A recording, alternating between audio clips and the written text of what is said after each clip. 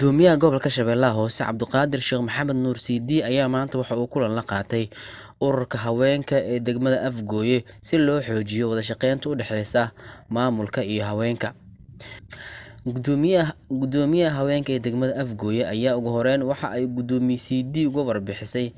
xaaladda guud ee haweenka ku dhaqan degmada Afgooye. marka waxaan idiga baryaa gudoomiyayga cusub si fiican u dhaweeya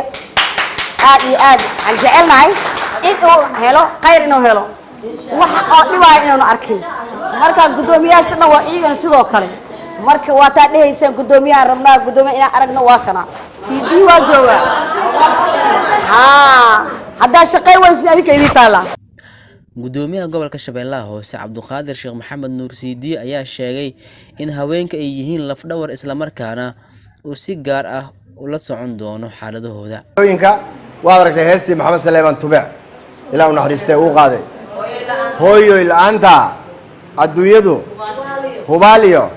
iftiin lama heleeno salaliga marka waa saas waay salaliga hooyo waa taqaanaan hooyo dhibkay soo martay waa wada socon waa la wada soconnaa waa ina dhaleen sababtoo ah 9 bilo calool nagu hayeen 2 sano ayna soo nuujiyeen 15 sano ayna soo koriyeen waxbarashadeenna dhareerkii waa kuma tagnay waa ku xaarin wax walba haweenku intay naga saarayeen ma ka gorgortamayna maamulka gobolka la fadhiyo salaliga marka waxaan idin leenahay jannad dhax fadhisaan xoogoo daruufaha jira oo waqtiga keenay iyo dagaaladiis oo ay keeneen